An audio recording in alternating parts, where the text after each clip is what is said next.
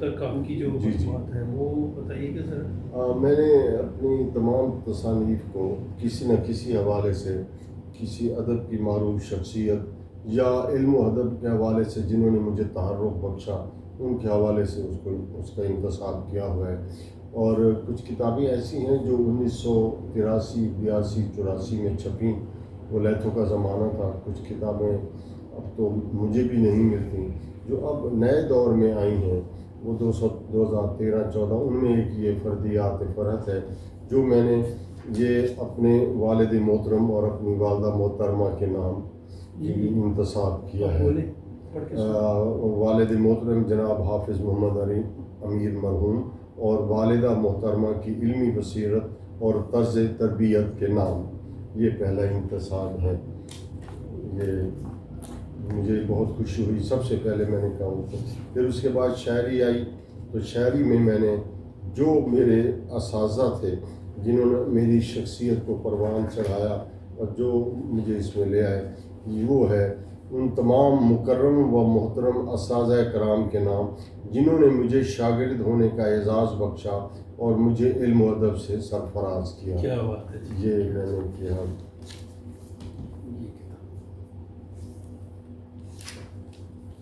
پھر خرام خامہ ہے.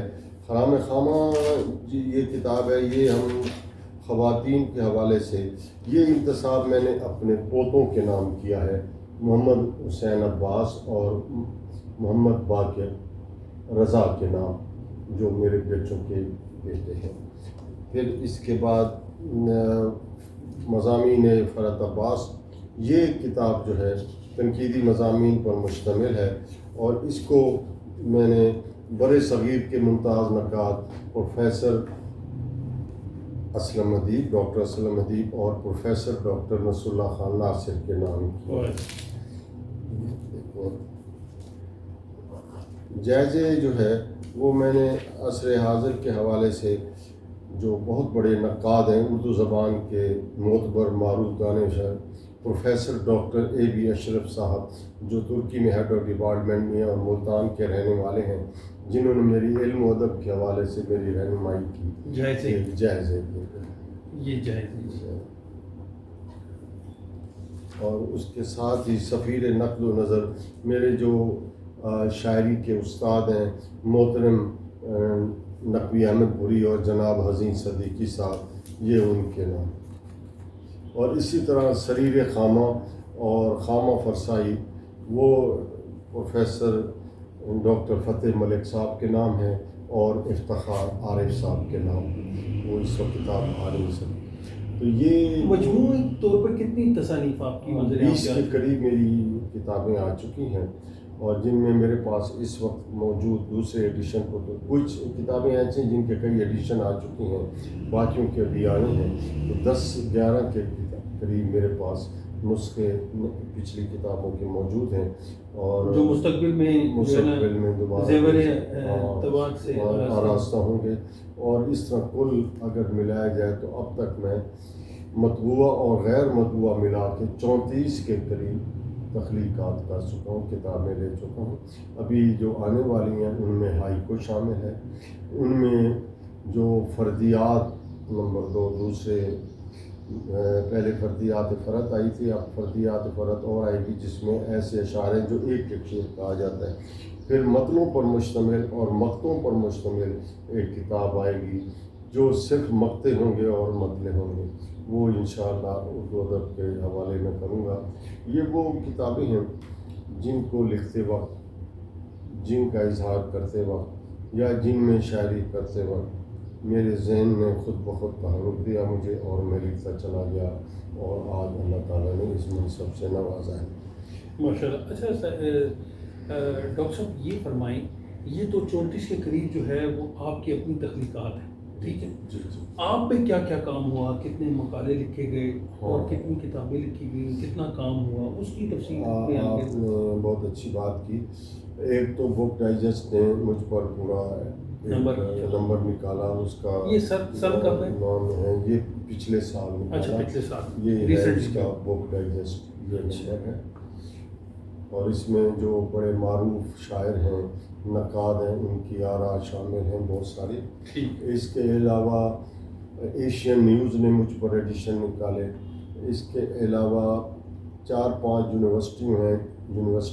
نوشہرہ یونیورسٹی ہے، ادھر ہزارہ یونیورسٹی ہے، لاہور یونیورسٹی ہے. انہوں نے فرحت عباس کا فن اور شخصیت پر ایم فل کروایا، وہ اس میں موجود ہیں.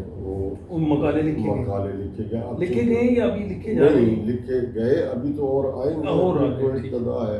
تو یہ کتنے مقالہ جات لکھے جا چکے؟ یہ تقریباً 6 کے قریب لکھے گئے. ٹھیک ہے، جو کہ لکھے جا چکے اور ابھی فردر فہرست جو ہے وہ پھر یونیورسٹیوں پر منحصر ہے. جی ظاہر بات ہے. وہ اور جو میرے ہم اثر ہیں شاعر اور ادیب، وہ تو تقریباً 50-60 کے قریب ہیں جنہوں نے مجھ پر لکھا ہے، جن کے مضامین مختلف رسائل وغیرہ میں چھپ بھی چکے ہیں، اور میں ان کا شکر گزار ہوں. ہم بھی اور احباب کے حوالے سے جو محسوس کرتے ہیں لکھتے ہیں. اس طرح ہم اثر ایک دوسرے کے بارے میں لکھتے رہتے ہیں. اور بہت سارے ابریشن ڈائجسٹ ہے، اس نے میرے بہت سارے انٹرویوز شائع کیے ہیں. اور اسی طرح پاکستان اخبار ہے، اسی طرح اساس اخبار ہے، فل پیج کے انٹرویوز وہ چھپتے رہتے ہیں. اب تو میں بڑا لاپرواہ بے ترتیب سا شخص ہوں، چیزیں سنبھال کر نہیں رکھتا. جب تحقیق ہوگی، جب کوئی لوگ فرحت عباس کے فن اور شخصیت پر کام کریں گے تو انہیں لائبریریوں سے ساری چیزیں مل جائیں گی. سب سے بڑی بات یہ ہے، میرا ایک شوق ہے، میں کتب بینی کو فروغ دینا چاہتا ہوں. تو میں ہر ماہ تقریباً 2000 کے قریب کتابیں پاکستان کی مختلف لائبریریوں میں ڈونیشن کے طور پر دیتا ہوں. کراچی میں جو فٹ پاتھ پر بنی لائبریری ہیں سرکاری طور پر 14 یا 15 ہیں، وہاں میں تقریباً 10,000 کے قریب کتابیں دے چکا ہوں جو فرحت عباس کی طرف سے ڈونیشن کی طرف ہے. اسی طرح اکیڈمی ادبیات پاکستان، اس کی ملتان یونٹ کو میں نے 2000 کتابیں تحفۃً دی ہیں جب ان کا سیکشن افتتاح ہوا. مری لائبریری، وہاں بھی 2000. بہت سارے سکول ہیں. اچھا، وہاں اللہ کا کرم یہ ہے کہ ان لوگوں نے میرے حوالے سے کارنر بنایا ہوا ہے، ڈاکٹر فرحت عباس کارنر. تو جو ڈونیشن میں دیتا ہوں وہ کتابیں، اب بھی میرا یہ سلسلہ جاری ہے. 30,000 کے قریب میں کتابیں ڈونیٹ کر چکا ہوں، اور ابھی میری خواہش ہے کہ جتنا مجھ سے ہو سکے یہ سلسلہ جاری ہے اور جاری رہے گا. اللہ تعالیٰ آپ کو صحت دے، تندرستی دے. اور کچھ لائبریریاں ایسی ہیں جو ہم سے فرمائش کرتی ہیں کہ ہمیں بھی کچھ کتب دیں، چھوٹی نجی، کسی کو 200، کسی کو 500، کسی کو حسب تو میں بغیر کسی ہچکچاہٹ کے ان کے لیے یہ کتاب، میں کہتا ہوں جہاں کتاب جائے گی وہ جائے گی. دوسرا، میں جو میرا آئندہ کا مستقبل کا جو لاہ عمل ہے وہ یہ ہے کہ بچوں کا ادب بہت کم ہے. درست.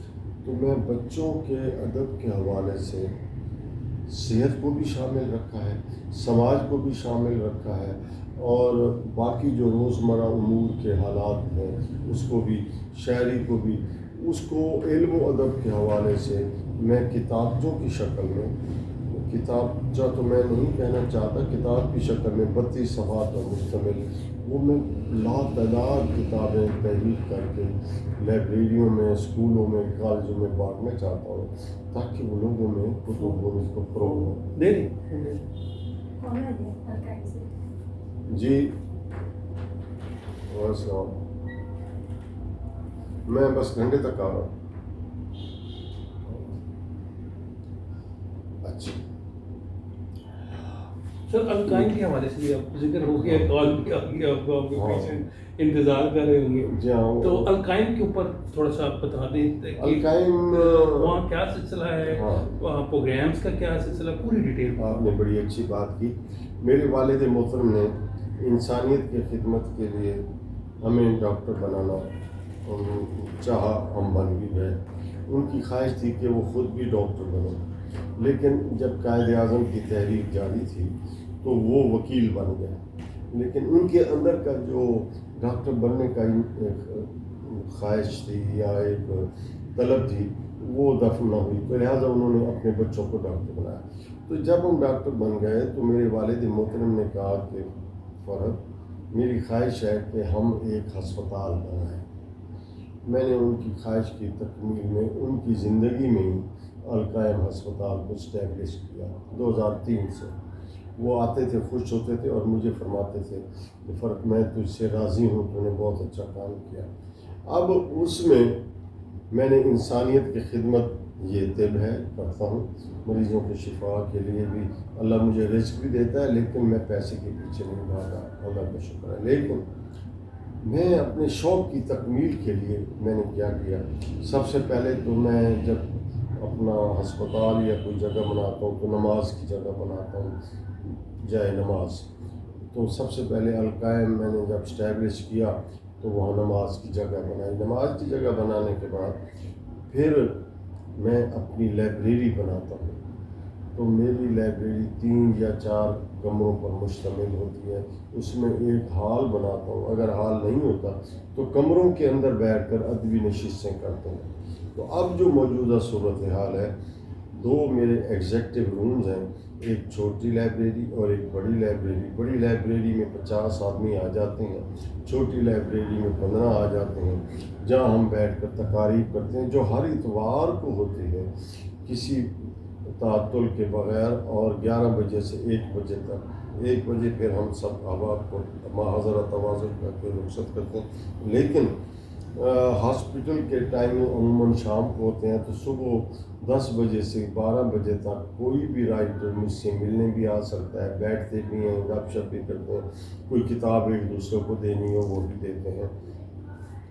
اس کے ساتھ 3 کمرے ایسے ہیں جن میں میں نے کتب رکھی ہوئی ہیں، وہ عام بندے کے لیے نہیں ہے، کیونکہ کچھ کتابیں 10، کچھ 15، کچھ 20، وہ ایک سٹور ٹائپ کی لائبریری ہے، جس کو پھر میں جب اکٹھے کتابیں ہوتی ہیں تو 1000 2 ہزار کتابیں کر کے لوگ آتے ہیں، کسی کو دے دیتا ہوں، ان کی کاروں میں رکھ دیتا ہوں، کسی کو پوسٹ کرتا ہوں، کوئی بس کے ذریعے، کوئی ٹرین کے ذریعے، یوں جاتا رہتا ہے۔ یوں علم و ادب کے حوالے سے میں علم و ادب کے حوالے سے اس میں دینی کتابیں بھی، تفاسیر بھی شامل ہیں، لائبریریز کے اندر ڈکشنریز بھی شامل ہیں، طب کی کتابیں بھی شامل ہیں، اور میڈیکل کے حوالے سے سائنس کی کتابیں بھی شامل ہیں۔ سب چیزیں، کوئی مخصوص نہیں کیا ہوا کہ ادب کی صرف شاعری والی چیز ہو۔ ہماری بریڈ کی ایک کتاب تھی، وہ نوبل انعام یافتہ تھی ادب کے حوالے سے، وہ فزیالوجی کی کتاب تھی۔ یعنی اچھی کتب کسی بھی لینگویج میں ہو وہ ادب کا شمارہ بن جاتی ہے۔ لائبریری جب ہوئی تو اس میں ہر طرح کی چیز ہو جاتی ہے، بالکل۔ اب قرآن حکیم کے بھی نادر نسخے جو بھی آتا ہے، مثلا کسی نے نقوش نمبر نکالے ہوئے ہیں تو میں نے اس کے 100 نمبر لے لیے، وہ پھر میں ہر ایک کو 1 2 تقسیم کرتا ہوں۔ رسول نمبر نکلے ہوئے ہیں تو وہ میں نے ہر ایک کو دے دیے، تو یہ کم چلتا رہتا ہے۔ اس حوالے سے میں بڑا خوش قسمت ہوں کہ مجھے لوگوں نے عزت بھی دی، اللہ نے شرف بھی بخشا، اللہ نے میرا ہاتھ بھی پکڑا ہوا ہے، اور مجھے کبھی کوئی تکلیف نہیں ہوئی۔ میں یہ سمجھتا ہوں کہ میں خوش نصیب آدمی ہوں، اللہ نے مجھے ایک اچھے خاندان میں پیدا کیا، اور اللہ نے میرے خاندان میں اچھے بچے بھی دیے مجھے۔ میری زوجہ جو ہے، میری شریک حیات بھی ہے، وہ بھی ہے، ٹھیک ہے۔ اور آپ کو ایک بات بتاؤں، یہ زیب داستان کے لیے نہیں، حقیقت ہے کہ ہم میاں بیوی کبھی لڑے ہی نہیں۔ لوگ ویسے کہہ دیتے ہیں کہ لڑائی نہیں ہوتی، ہم نے جب طے کیا کہ ہم دونوں میں سے کسی کو غصہ آئے تو دوسرا خاموش ہو جائے، اسی مقولے پر آج تک ہم قائم ہیں۔ اور پورے ہمارے شادی والے ٹینیور میں میرے بچے پریشان ہیں کہ ہمارے دوست کہتے ہیں کہ میری امی اور ابو کی لڑائی ہوئی، تو یہ لڑائی کیا ہوتی ہے؟ ہمارے گھر میں نہیں ہوئی، کبھی کسی کی کوئی غیبت نہیں ہوئی، کبھی کوئی بات نہیں ہوئی۔ یہی وجہ ہے کہ ہمارا خاندان اکٹھے ہے، ہم ایک ہی جگہ رہتے ہیں، سارے ایک دوسرے کی تعظیم کرتے ہیں، عزت کرتے ہیں، اور میں سمجھتا ہوں کہ ہمیں اس طرح رہنا چاہیے۔ یہ اتباع سنت سرکار حضور پاک صلی اللہ علیہ وسلم ہے۔ اگر ہم غیبت سے بچیں، ایک دوسرے کی اچھی باتوں کو فروغ دیں، اور منفی باتوں کی طرف نظر ہی نہ کریں، صرف نظر کریں، تو میرا یہ خیال ہے کہ ہم امن کا گہوارہ بن سکتے ہیں، بننا بھی چاہیے۔ زندگی اسی کا نام ہے۔ زندگی کو ترتیب دینے کے لیے اپنے اندر کے انتشار کو ہمیں ختم کرنا چاہیے، لیکن ہم اندر کی باتوں کو ہوائیں ان باتوں کو دیتے ہیں جن میں ہماری انا ہوتی ہے۔ انا سے بچنا چاہیے۔ کچھ واقعات ایسے بھی ہیں جو میں بھول نہیں سکتا، میری زندگی کا حصہ ہے۔ مثلا میں اپنے والد سے شدید محبت کرتا تھا۔ تو میں 2-2.5 سال کا تھا، تو والد صاحب کا شناختی کارڈ تھا جو وکالت نامہ ہوتا ہے، اس وقت شناختی کارڈ بڑی مشکل سے بنتے تھے، فوٹو وغیرہ۔ تو ان کا میں نے کارڈ دیکھا تو ان کی تصویر مجھے اچھی لگی، تو میں نے اس کو اکھیڑنے کی کوشش کی، نہیں اکھڑا تو آدھا کٹ گئی، گردن سے نیچے تک چہرہ علیحدہ آیا۔ وہ میں نے جیب میں رکھا، باقی پھینک دیا۔ جیب میں رکھنے کا مقصد یہ تھا کہ مجھے اپنے والد بہت، یہ بچپنے کی بات ہے، مجھے یہ واقعہ ابھی تک یاد ہے، 2.5 سال یا 3 سال یہی واقعہ ہے۔ تو وہ ابو آئے تو انہوں نے دیکھا وہ پھٹا ہوا پڑا ہے، مجھے کیا، باقی جو چیزیں پھینک دی۔ تو ابو نے کہا یہ کس نے کیا؟ میں نے کہا میں نے کیوں کیا ہے؟ میں سامنے نہیں بولتا تھا۔ تو ابو نے کہا چلو کپڑے اتارو اور نکلو گھر سے۔ دھوپ شدید، جیسے انہوں نے کہا میں نے کپڑے اتارے اور باہر نکل گیا۔ تھوڑی دیر گیا، واپس بلایا، چلو کپڑے پہنو، پہن لیے۔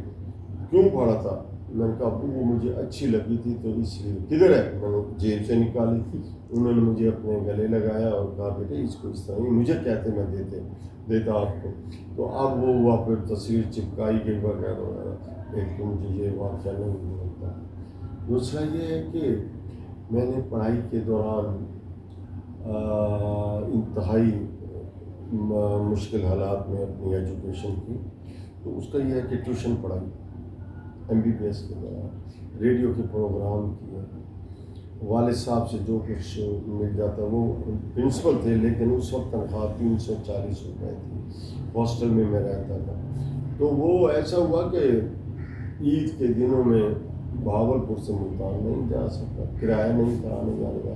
کرایہ کتنا تھا؟ 3.5 روپے، بسیں چلتی تھی نا، تو نہیں جا سکا۔ ایک طرف سے میں نے تالا لگایا، ایک طرف سے کنڈی۔ تو 3 دن عید کے میں نے بغیر کھائے پیے گزارے، پانی بس پی لیتا تھا، ہاسٹل میں تھا۔ دوست جب آئے میں نے انہوں کہا میں چکر لگایا، گھر والوں نے بعد میں کہا اور کیوں نہیں آئے؟ ان دنوں ایسا ہوتا تھا کہ ٹیلی فون نہیں ہوتے تھے، ٹیلی فون دوسرا لائن لائن تو ہوتا تھا، میرے پاس تو نہیں تھا، ہاسٹل میں رہتا تھا۔ تو گھر والوں کو پتہ چلا تو انہوں نے کہا یہ عجیب آدمی آیا نہیں ہے۔ پھر میں نے انہیں بتایا یہ بات ہے۔ تیسرا یہ کہ ہم دوستوں کے ساتھ گئے کراچی سیر پر، پورے میڈیکل اسٹوڈنٹ، تو ہمارا 3 بندوں کا ایک گروپ علیحدہ ساتھ تھا۔ ایک نے ٹکٹیں رکھنی تھی، ایک نے پیسے رکھنے تھے اور ایک نے کپڑے رکھنے تھے، ہمارا آپس میں طے ہوا تھا۔ میں نے ملتان سے بیٹھنا تھا، وہ بیٹھنا تھا کسی وہ تیز گام پر۔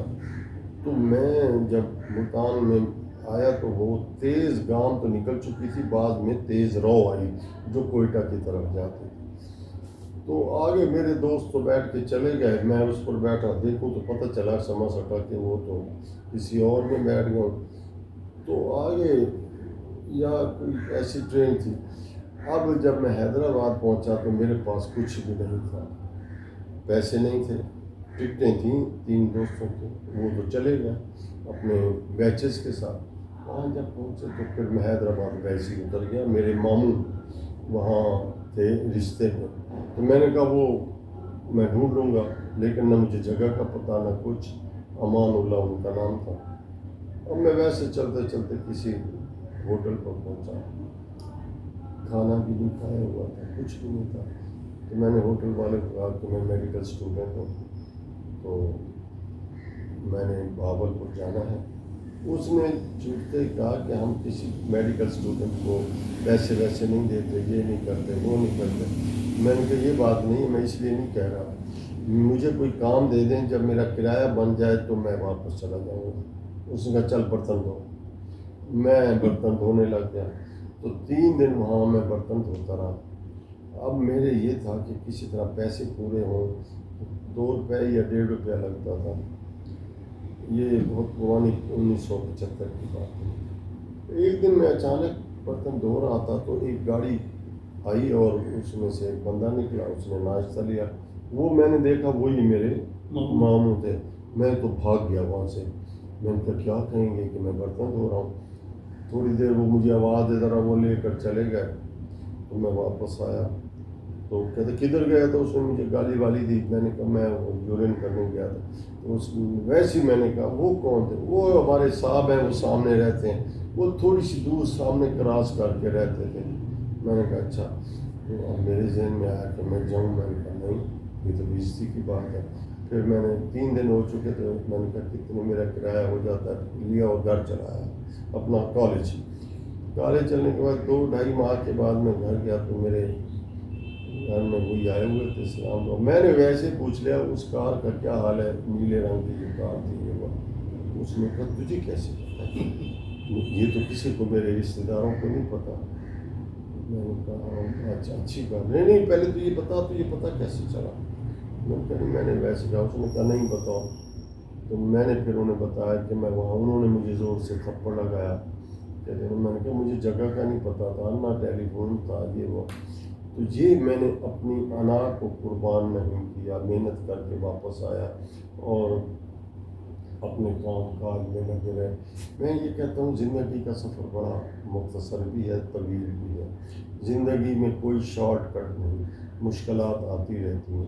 ہمیں ہر وقت اچھے اور برے وقت کو محسوس کرنا چاہیے, اس کے مطابق اپنے آپ کو ڈھال لینا چاہیے. ہم تھوڑی سی پریشانی آئی تو شکوہ و شکایت کر لیتے ہیں. نہیں, یہ جو آزمائشیں ہوتی ہیں ہمیں تر و تازہ بھی رکھتے ہیں, ہمارے ارادوں کو مضبوط بھی رکھتے ہیں. میرے لیے تو یہ اس طرح کا اٹھنا بیٹھنا برداشت کرنا. میں نے ٹیوشنیں پڑھائیں, ٹیوشنیں پڑھانے کے بعد بچے میرے جو ٹیوشن پڑھنے والے تھے وہ ڈاکٹر بن گئے, FCPS کر گئے. تو میں بھی ڈاکٹر ہوں. لوگ کئی وہ ملتے ہیں تو کہتے ہیں سر آپ سے ہم نے 8ویں جماعت 12ویں جماعت پڑھی تھی, بہاولپور کی بات ہے. تو مجھے تو کچھ برا نہیں لگتا. کسب حلال کے لیے, رزق حلال کے لیے اگر تک و دو کرنی پڑے وہ کر لینی چاہیے. بہت زبردست. اچھا ڈاکٹر صاحب مجھے یہ بتائیں, آپ القائم ہاسپٹل میں بیٹھتے ہیں, سید پور روڈ پہ جو واقع ہے, جی, کبھی کسی پیشنٹ کو مفت علاج بھی کیا؟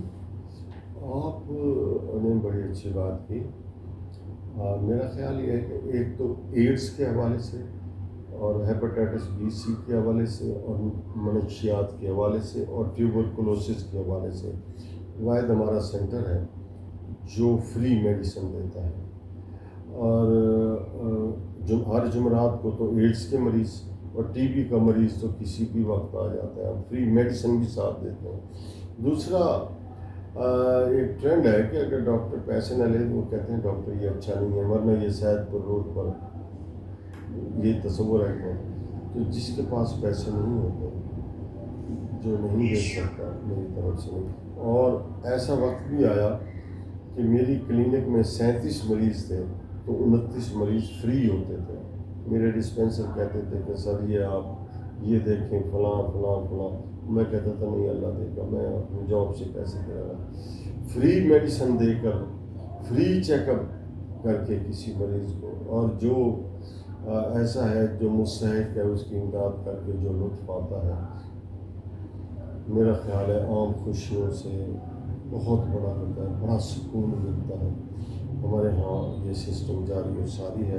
کچھ باتیں ایسی ہوتی ہیں جو ناممکن ہوتی ہیں. مثلاً ایک بندہ کہے کہ میرا آپریشن فری کر دیں, وہ آپریشن کیونکہ سرجن کی فیس, انیستھیزیا کی فیس, میڈیسن کی فیس, بجلی کی بل, یہ چیزیں یہ ایسی ہوتی ہیں جو ناممکن ہوتے ہیں. وہ انہیں پھر ہم ہسپتال فیسیلیٹیٹ کر دیتے ہیں, بڑے ہسپتال.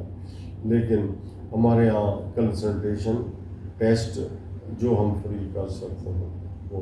دوسری بات یہ کہ میرے جو احباب ہیں غریب یا امیر, جو میرے دوست ہیں, ان سے میں ہاسپٹل میں اپنی کوئی کنسلٹیشن نہیں لیتا. یہ ان کا حق ہے, ان پر احسان بھی نہیں کرتا, کیونکہ ہمارے ایتھکس میں ہے ڈاکٹر کے رشتے دار, آپ کے قریبی عزیز, ان کو آپ کو فری دیکھنا چاہیے. یہ ہماری کلٹسی ہے, تو میں نہیں لیتا. القائم اس بارے میں بڑا اچھا ہے, اللہ کا اس پر بڑا سایہ ہے.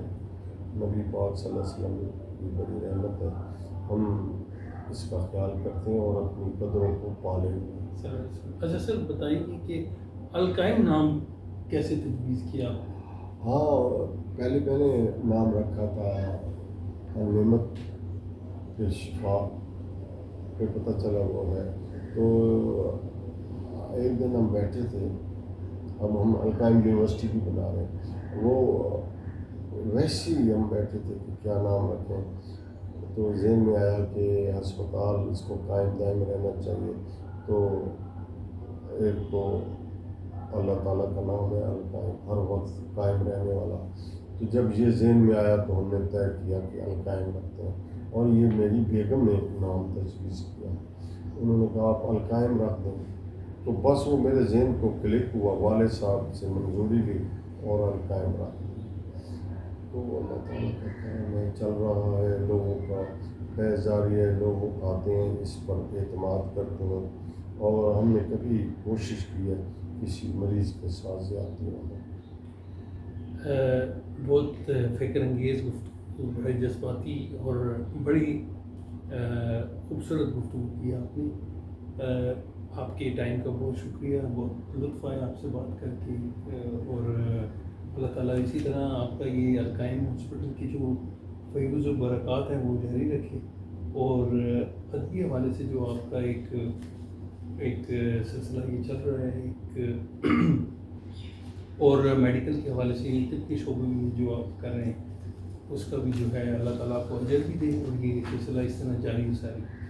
آپ کا میں شکر گزار ہوں کہ آپ یہاں تشریف لائے، آپ نے مجھے موقع دیا اپنے خیالات کا، اور آپ کے سوالات سے ہمیں اور بھی ہمت پڑی کہ ہم اپنا کام اور بھی آسان طریقے سے کریں۔ بس یہ خواہش ہے کہ علم و ادب پروان بھی چڑھتا رہے، اور ہم اپنی اسلامی روایات کو بڑھاتے ہوئے انسانیت کی خدمت کے لیے خود کو آگے بڑھتے رہیں، اور منافق رویوں سے دور رہیں، علم و ادب کی خدمت کے لیے مثبت جذبوں کو فروغ دیں۔ یہ تبھی ہو سکتا ہے کہ ہم سورۃ الحمد میں جو دعا ہے کہ بھئی الحمدللہ رب العالمین الرحمن الرحیم مالک یوم الدین ایاک نعبد و ایاک نستعین اہدنا الصراط المستقیم صراط الذین انعمت علیہم غیر المغضوب علیہم ولا الضالین۔ تو اللہ تعالیٰ نے فرمایا کہ یہ دعا مانگو کہ مجھے ان میں شمار کر جن کے تمہیں ہدایت جاری کی، اور ان سے بچا جس پر دے رہا ہے۔ ہم چاہتے ہیں، ہمیں چاہیے کہ ایسی دعا کریں۔ میں چاہتا ہوں کہ اللہ تعالیٰ ہمیں اپنے پسندیدہ لوگوں میں شمار کرے، ہمارا ایمان خاتمہ، ایمان کے ساتھ خاتمہ ہو، خاتمہ بالایمان ہو، اور ہمیں ان میں شمار کرے جن کو وہ پسند کرتا ہے۔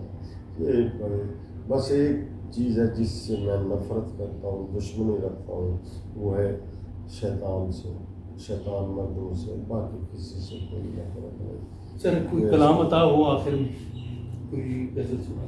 اس نے ایک غزل پیش کرتا ہوں۔ اس نے تو دل سے میری کہانی سنی نہیں، اس نے تو دل سے میری کہانی سنی نہیں، ہنستے لبوں پہ ہاتھی کبھی اور کبھی نہیں، تقدیر ہی میں قرب کی صورت لکھی نہیں، ملنے کی ورنہ کون سی تدبیر کی نہیں، میں نے کسی بھی عبد سے مانگا کبھی نہیں، شرمندہ حیات میری بندگی نہیں، اور جس میں خدائے پاک تیری بندگی نہیں، کہنے کو زندگی ہے مگر زندگی نہیں، ویسے تو کائنات کو تسخیر کر لیا، پر آدمی پہ اپنی حقیقت کھلی نہیں، رستے کی سرسری سی ملاقات تھی مگر اس اجنبی کی شکل مجھے بھولتی نہیں، اس اجنبی کی شکل مجھے بھولتی نہیں،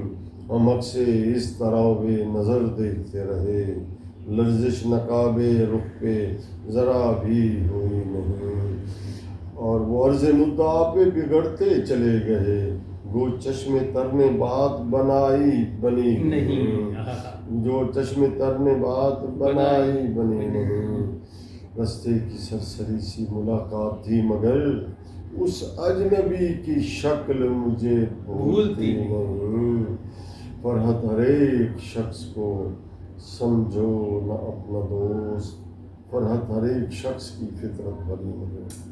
ہر شخص اپنی جگہ منفرد ہے، تو ہر شخص دوست تو نہیں ہوتا نا۔ ہمارے فراز صاحب نے بھی بتایا ہر شخص ہوتا نہیں، دوست ہاتھ ملانے والا۔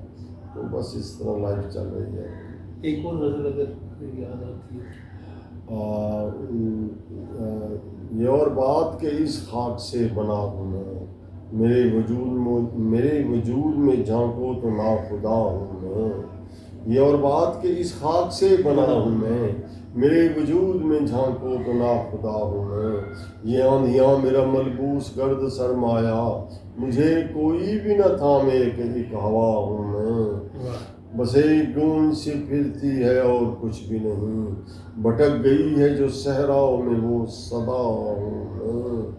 میرا وجود جہنم ہے زرد سوچوں کا، ہرے شجر کی طرح مدتوں جلا ہوں میں آج خود کو عجب خار خار لگتا ہوں کہ ایک پھول سے انسان سے ملا ہوں میں آج خود کو عجب خار خار لگتا ہوں کہ ایک پھول سے انسان سے ملا ہوں میں۔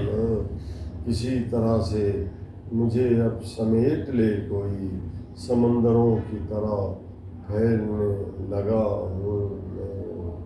کسی طرح سے مجھے اب سمیٹ لے کوئی، سمندروں کی طرح پھیلنے لگا ہوں میں۔ بس یہ چلیے چل رہی ہے۔ بہت شکریہ۔ اللہ تعالیٰ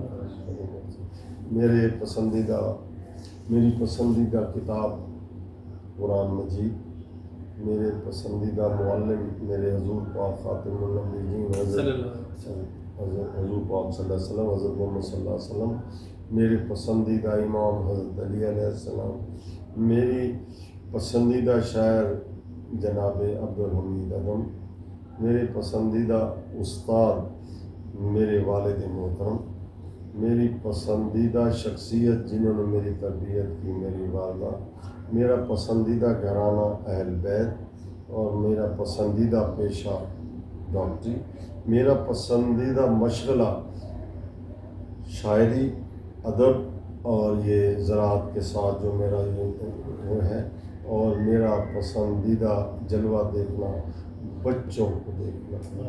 میں بچوں کو دیکھ کر بڑا تعلق رہتا ہوں۔ اور آپ کا پسندیدہ جو ہے وہ کھانا شامی ہوگا؟ ہاں میرا شامی ہے، اور وہ جو مجھے وقت پر بھوک کے ٹائم مل جائے، پسندیدہ شے، یہ چیزیں اتنی عام ہیں۔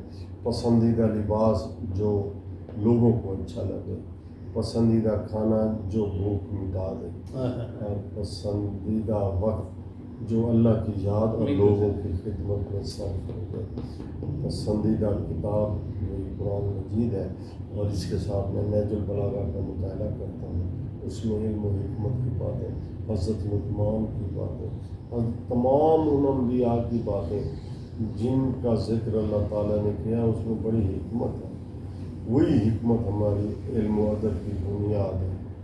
تو میں سمجھتا ہوں کہ پوری کائنات میں اللہ تعالیٰ نے جو چیز جس طرح بنائی ہے وہ ہمیں تعلیم دے رہی ہے، چاہے وہ بچہ ہے، چاہے وہ جانور ہے، چاہے وہ پودا ہے، چاہے وہ ہوا ہے، چاہے وہ حواس ہے۔ تو